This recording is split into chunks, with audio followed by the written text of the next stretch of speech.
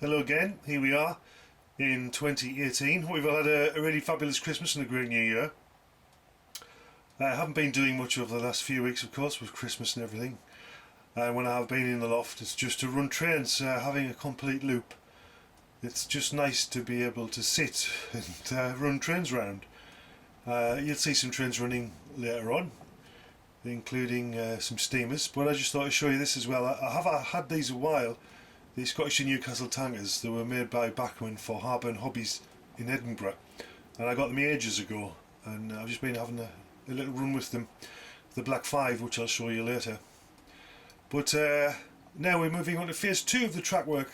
I thought before I do anything else, I want to get the goods line done, because that's really tricky, so I've made a start with that. So what we're going to start on now is the goods line, which is this yellow line here. You can see now the goods line is going to be really tricky because there's lots of slopes in it, and it's actually a folded figure 8, which is where the tracks cross here.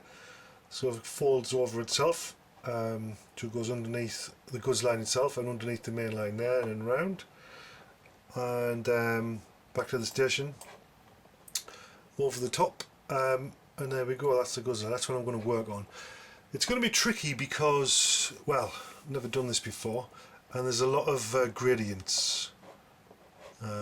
This bit here, I can see if I can show you. If I zoom in a bit, here, there says 185, and if you can see that, 185. That's 185 millimeters above the baseline level, which is actually where the blue tracks are, which is a long time in the future. That's the branch line.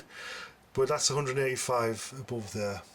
You see the main line is 115 millimeters here above the baseline, and that's 185. It's not a huge amount of space, I know, but I was trying to keep the gradients down to 3% absolute maximum.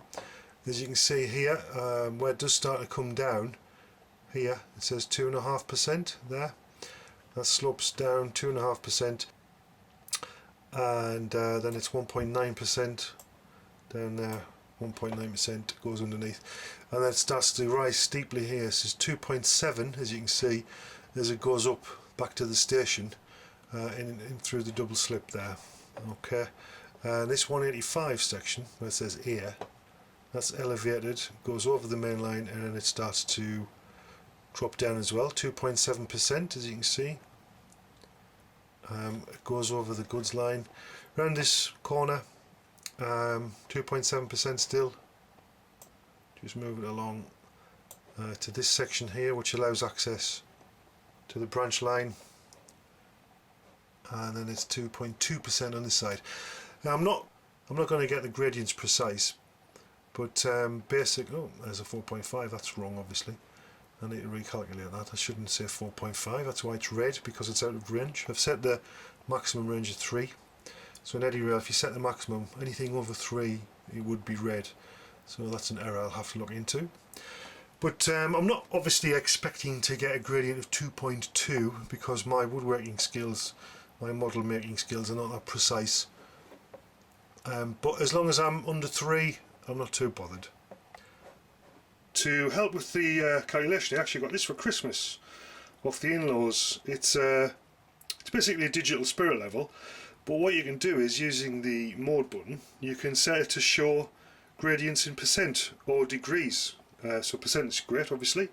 If I just hold it up there, if I put it on top of my new display case, I got another display case for Christmas because I was running out of space. For the trains, so if I put it on top of that, I put this up over the Christmas break, that's 0.3%, so it's a little bit out of true. It's not too bad, is it really? I can live with 0.3%. Oop, going the wrong way, lifted up there. So yeah, that's going to be really useful, I think, this digital spirit level, which I got off the in-laws for Christmas, as I said, so that'll be useful. So what I've been doing earlier today, I've been cutting plywood into this giant jigsaw puzzle. This bit here is resting on the wagons there. That's part of the elevated goods line. It's a single track, it's a folded single track. So this roughly goes around there. I tried to cut that in one piece out of an 8x4. To obviously the less joins the better, I thought.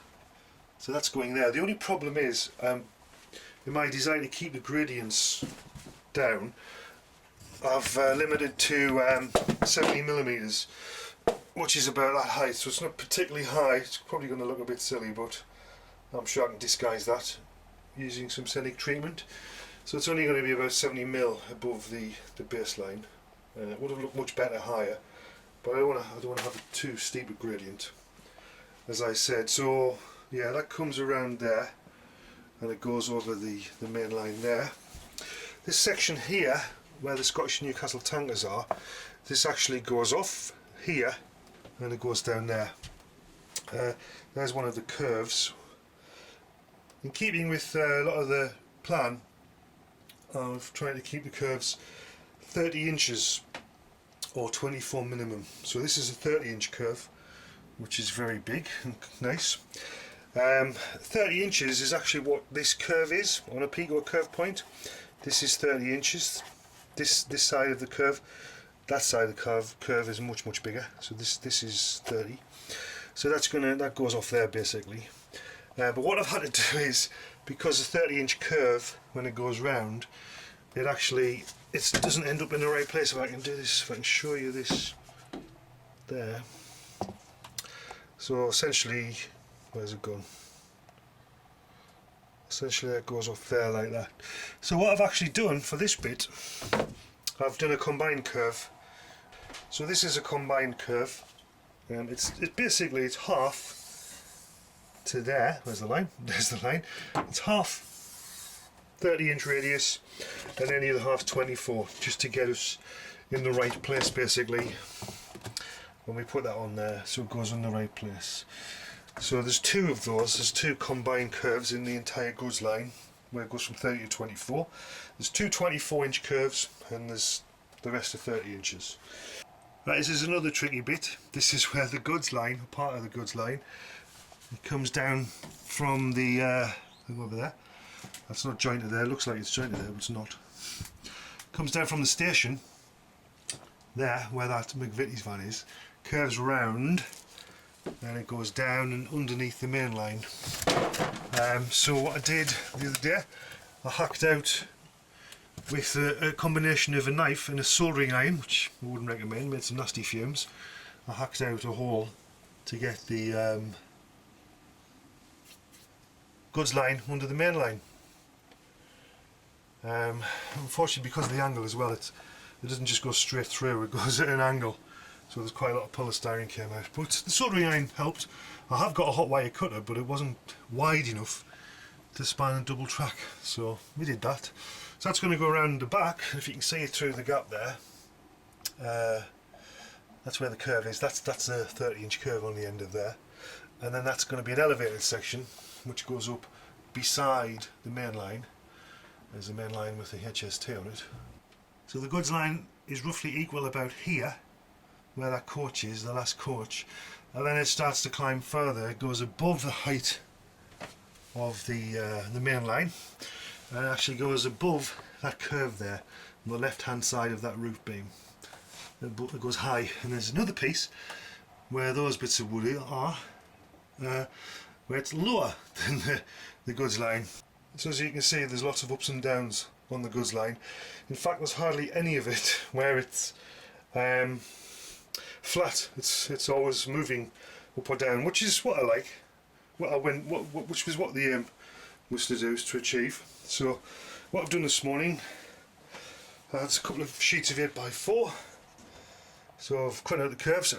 They're very rough, as you can see here. They don't have to be neat, basically. So I just went for quickness, put a very coarse blade on the jigsaw, because it's going to be dressed eventually with scenic treatment. That's the idea anyway. So I cut the plywood out. I've also cut out a lot of sundealer. I had sundealer left. I'm going to put sundealer on the bottom of it. It's like a giant jigsaw. They all have numbers or letters on, as you can see. So it just assembles like a jigsaw. So once the plywood's in place, you see that's part of F there. Once the plywood's in place, we'll put sundealer on. I'm actually going to assemble the bit that's behind there. If you remember from a previous video, it's a bit of a nightmare against the roof beams, trying to put the drop wires in, so I'm going to put the track on and the drop wires before I actually put it in place. So that'll be novel, see if that works. So you may remember from previous videos we've had a problem with this curve, and if you see there where it gets close to the ceiling boards, what I've found is the HST coaches, every single one as it goes round just rubs ever so slightly, really slightly. So I'm actually going to cut a hole out of there. I'm also going to make the curve less steep because it's a 21-inch curve. This bit here have a lot of derailments with certain locomotives, just certain ones that really don't like this sudden change of direction. So I'm going to try and smooth out the curves, even if it means going into the ceiling space.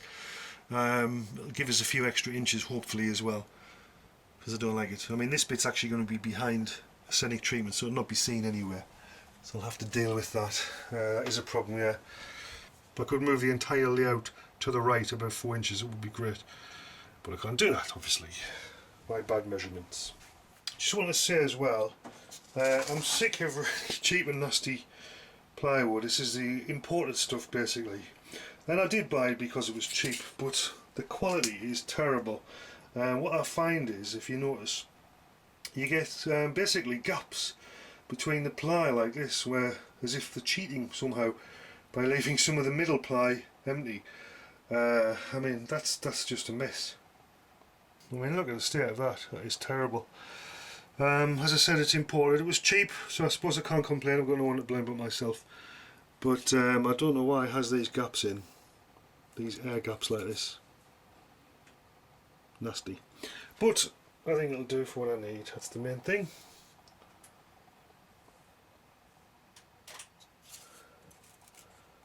Yeah, not very nice. Cheap and nasty. Okay, so now we're going to crack on. Starting to install the goods line road bed, and we'll see how it goes. So there's the first part of the goods line elevated section in. The sundial isn't stuck down yet, I'll screw and glue it down. I've decided to run a few trains to finish off with today's work. Here's the first steam train which I'm actually running. I'll put on video anyway. It's Black 5, Hornby Black 5, runs really well, pulling the Scottish and Newcastle tankers. I know it's going the wrong way. I also know that it shouldn't be running with a HST, but there's track problems mean they've got to run backwards, the wrong way around.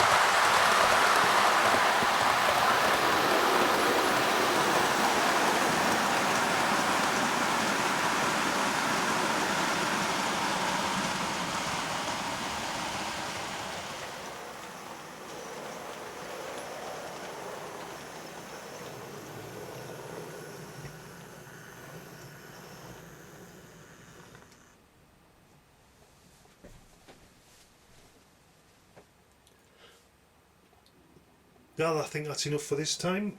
I don't like to have the videos for too long, preferably under 20 minutes. So thanks for watching, take care, and I'll see you next time. Bye for now.